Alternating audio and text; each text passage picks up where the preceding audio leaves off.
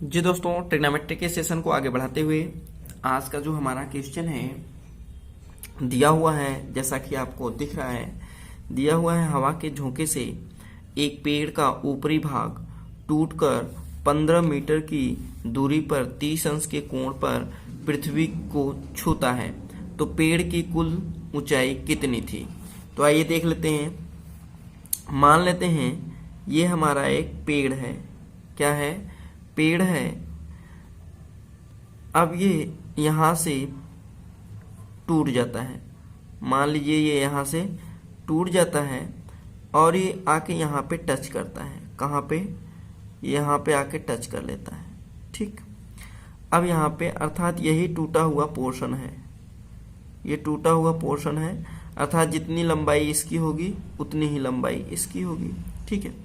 कह रहा है 30 अंश के कोण पे आके यहाँ पे टिक जाता है और यह जो भाग होता है 15 मीटर की दूरी पर होता है, अर्थात हवा के यहाँ से यहाँ के बीच की दूरी जो है 15 मीटर है।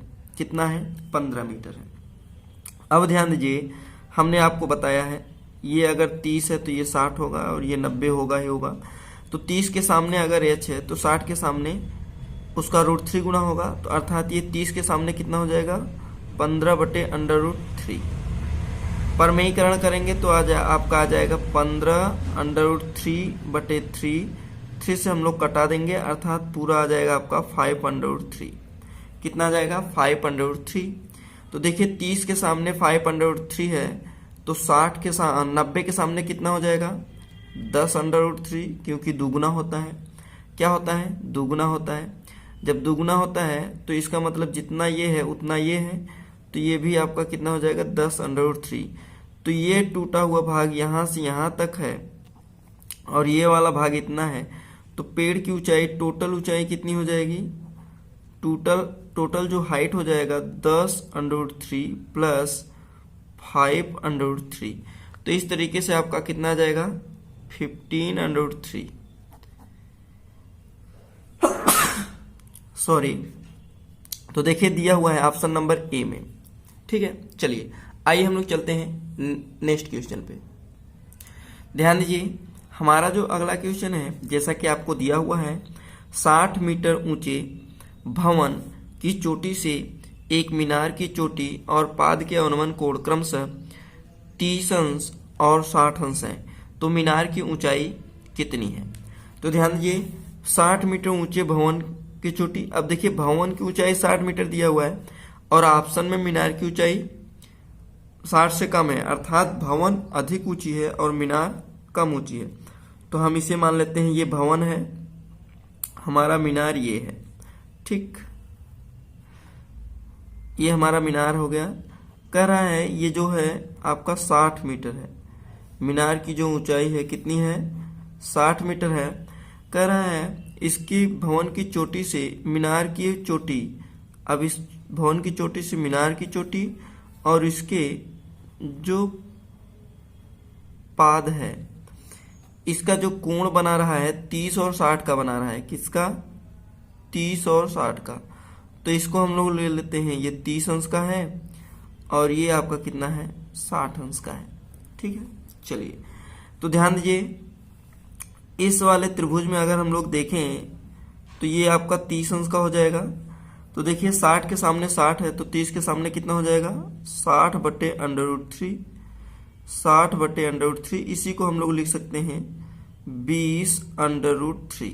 क्यों? क्योंकि परमेयीकरण करेंगे तो आपका 60/√3 हो जाएगा, 3 दूनी 6, 20/√3 हो जाएगा। ठीक है, तो 20/√3 यहाँ पे है, तो ये भी आपका 20/√3 हो जाएगा। होगा कि नहीं? होगा। अब देखिए इस वाले त्रिभुज में ये टोटल कितना है? 60 है। तो 60 के सामने 20/√3 है, तो 30 के सामने क्या हो जाएगा? 20√3/√3 हो जाएगा। 20√3/√3, तो इससे ये कैंसिल हो जाएगा। इस तरीके से आपका यहाँ पे 20 आ जाएगा। इसकी दूरी कितना आ जाएगी? 20। अब अगर हम इसका निकालना चाहें, ये भवन है, सॉरी मीनार है, तो मीनार की ऊंचाई बराबर हो जाएगा h बराबर, टोटल ऊंचाई कितना है? 60 60 में से इतनी ऊंचाई घटा देते हैं तो 60 माइनस 20 हो जाएगा, तो आपका कितना आ जाएगा 40।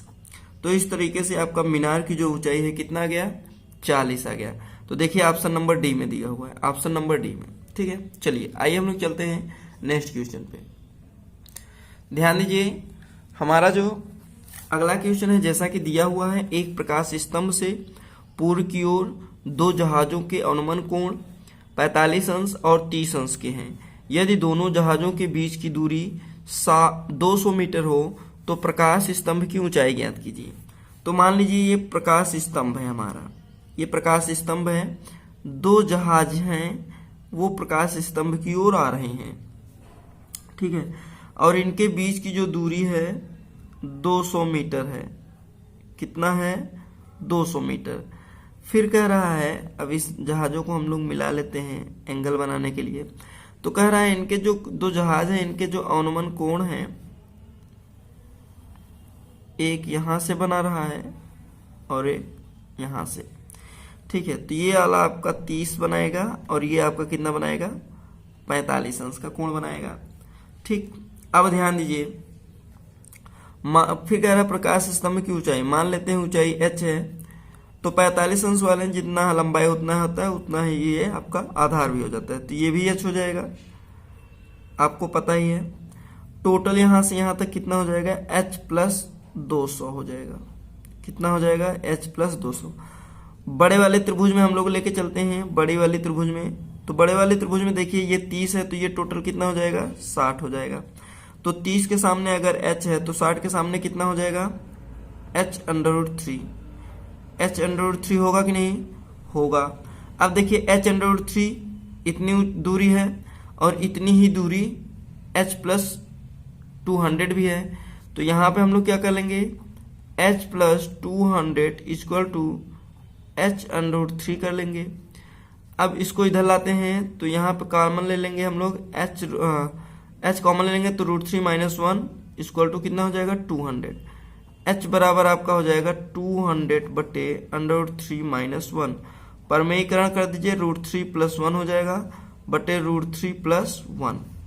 ठीक है, तो h बराबर आपका आ जाएगा 200 √3 प्लस 1 पूरे बटा आपका कितना हो जाएगा 2। इसको हम लोग कटा लेंगे तो कितना जाएगा आपका h इक्वल टू हो जाएगा 100 √3 प्लस 1। तो इस तरीके से आपका 100 √3 प्लस 1 आ गया। ऑप्शन नंबर आपका दिया हुआ है ए नंबर, ऑप्शन नंबर ए। ठीक है, चलिए तो ये वीडियो आपको कैसा लगा कमेंट बॉक्स में कमेंट करना ना भूलिएगा। अभी एक क्वेश्चन और है, इसके बाद हम लोग देखेंगे। चलिए आइए हम लोग देख लेते हैं नेक्स्ट क्वेश्चन। ध्यान दीजिए, हमारा जो अगला क्वेश्चन है जैसा कि आपको दिख रहा है, एक मीनार की ऊंचाई 100 अंडर 3 है। मीनार की तली से 100 मीटर की दूरी पर स्थित एक बिंदु से मीनार की चोटी का उन्नयन कोण कितना होगा। अब ध्यान दीजिए, एक कह रहा है मीनार जिसकी ऊंचाई है 100 अंडर 3 है, कह रहा है इसकी मीनार की तली से 100 मीटर की दूरी पर, 100 मीटर की दूरी पे ले लेते हैं तो ये आपका 100 मीटर की दूरी हो गया। स्थित बिंदु से मीनार की, ये स्थित बिंदु है, इस मीनार की चोटी का उन्नयन कोण कितना होगा। तो यहाँ पे मान लेते हैं थीटा, तो हम लोग लगाते हैं tan थीटा बराबर हो जाता है लंब बटे आधार। तो लंब आपका ये है, आधार आपका 100 है, तो 100 से 100 कैंसिल हो जाएगा तो आएगा √3 tan थीटा। तो tan √3 किसका वैल्यू होता है tan 60 अंश का, तो थीटा का वैल्यू कितना आ गया 60 अंश। तो इस तरीके से आपका ऑप्शन नंबर सी हो जाएगा, ऑप्शन नंबर सी हो जाएगा। ठीक है, चलिए ये वीडियो आपको कैसा लगा कमेंट बॉक्स में कमेंट करना ना भूलिएगा। ये चैनल पे नए हो तो चैनल को सब्सक्राइब कर लीजिएगा, बेल आइकन पे प्रेस करना ना भूलिएगा ताकि नए नोटिफिकेशन आप तक पहले पहुंच सके।